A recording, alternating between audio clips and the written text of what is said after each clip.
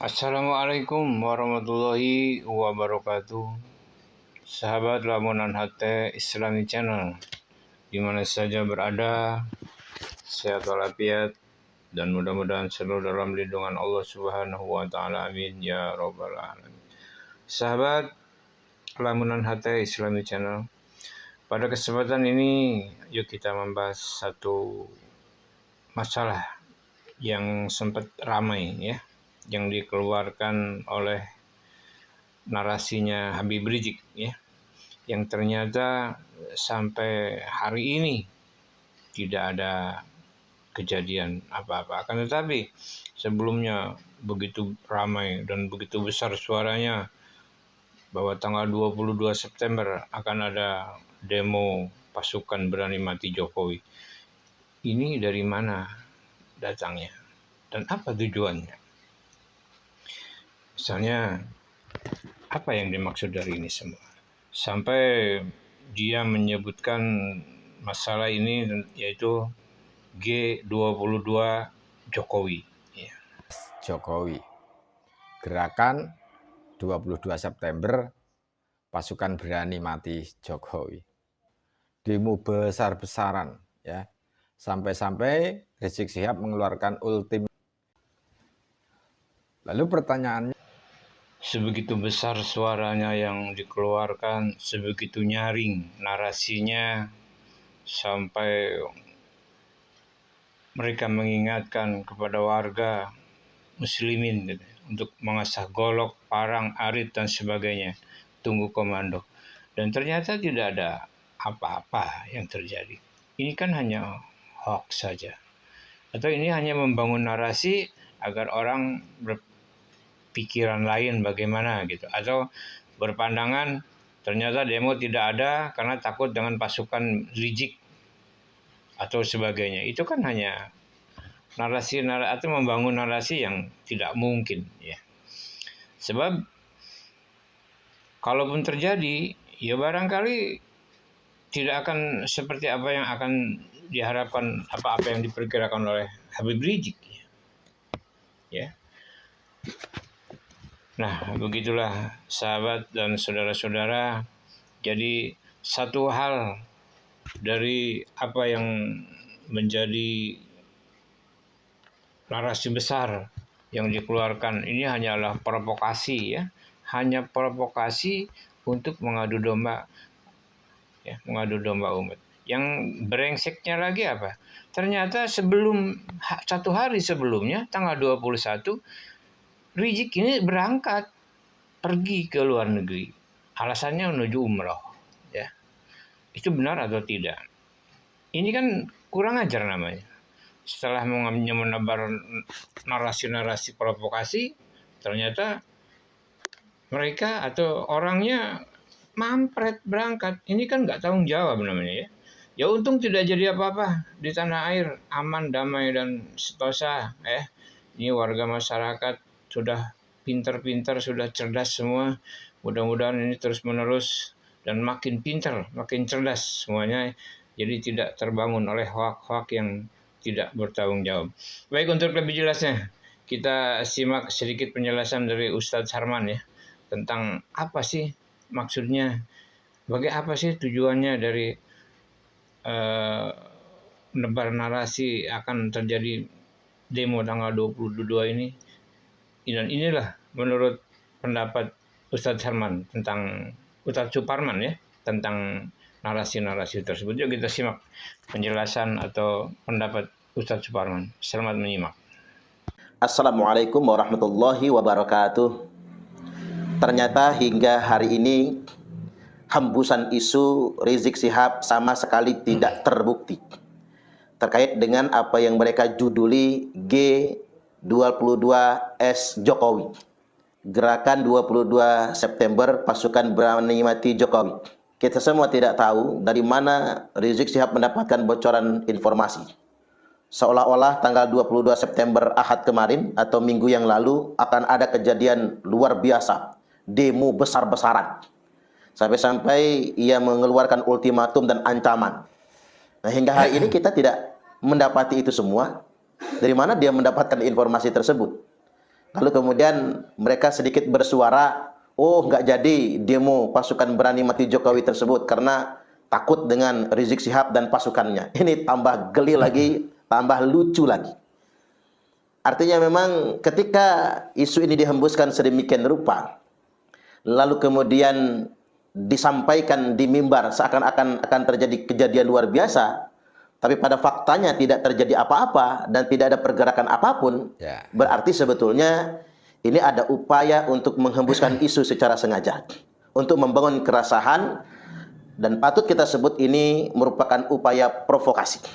Bahkan bukan hanya Rizik Syihab, sampai Amin Rais mengeluarkan pernyataan tentang ini, juga termasuk Pak Jenderal Gatot Nurmantio, sampai beliau juga berkomentar dengan ini semua. Makanya kesimpulan saya ini adalah hoax, karena baik dari kepolisian, dari Menko Polhukam, dari Presiden, dan semua yang berkewenangan tidak pernah memberi penjelasan tentang hal ini, besok benar atau tidak. Gitu. Artinya memang, loh mengapa kita sedang dipermainkan oleh isu yang sedang dilontarkan oleh orang yang menurut saya orang yang tidak bertanggung jawab. Saya juga masih heran mengapa kemudian Rizik Syihab itu masih didengar. Sudah jelas-jelas dakwahnya di mimbar-mimbar punya kecenderungan provokasi. Ditambah lagi selalu menyebarkan gagasan yang mengarah kepada kebencian terhadap pemerintah yang sah. Bahkan kita semua masih ingat bagaimana anggaran dasar FPI yang juga bertujuan mendirikan khilafah. Ada konsep khilafah dalam anggaran dasar FPI, organisasi yang pernah didirikan oleh Rizik Syihab. Bahkan dalam salah satu ceramahnya terekam Rizik Syihab dengan tegas mendukung ISIS. Itu bisa kita buka lagi file-file ceramahnya. Dengan tegas dia mendukung ISIS. Sudah jelas-jelas ISIS itu organisasi teroris.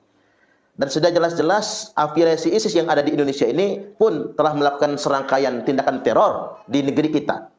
Yang saya jadi heran itu, mengapa masih ada yang menganggap dia ulama? Masih ada yang menganggap dia sebagai tokoh publik. Bahkan masih ada yang kemudian seolah-olah ingin merangkul dia. Ini kan sungguh luar biasa. Saya ingin mengajak kita semua berpikir. Buat segenap umat Islam, bangsa Indonesia, berhentilah menjadikan dia sebagai sebuah representasi perjuangan. Dia tidak berjuang. Cobalah Anda lihat. Kehidupan mereka itu mewah. Semua serba ada. Dari mana? Ya tadi memanfaatkan masa yang mereka miliki. Entah ujung-ujungnya kalau terjadi konflik horizontal, bukan mereka juga yang turun ke lapangan. Tapi para muhibbin yang kemudian dalam tanda kutip ditumbalkan. Untuk dibenturkan antar sesama anak bangsa. Ini faktanya. Dia suka ngajak-ngajak perang. Memang kita perang sama Belanda gitu. Dia suka ngajak-ngajak perang. Memang kita perang sama Australia.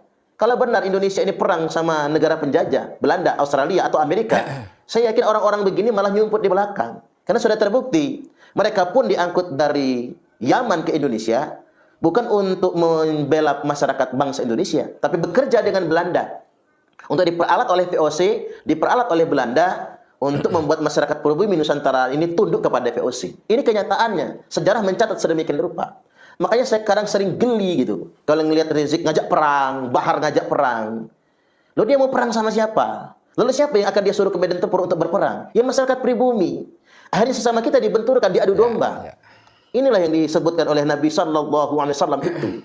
La yadkhulul jannata namam. Tidak akan masuk surga orang yang mengadu domba itu. Mereka menari-nari di atas konflik, kemudian memanage isu-isu agama, menggunakan agama sebagai jubah mereka untuk merekrut massa dan mengerahkan massa didoktrin mereka untuk berani mati, sedangkan mereka hidup dalam kemewahan, hidup dalam keadaan yang serba ada. Nah ditambah lagi sebetulnya negara kita tuh nggak boleh abai. Saya berkali-kali mengatakan mengapa negara ini terlalu pengecut dengan preman, terutama preman berjubah. Mengapa kemudian kita menjadi segan dan sungkan dengan ini semua? Padahal jelas-jelas kelompok-kelompok ini kan sering membentur pemerintah yang sah, sering membentur negara.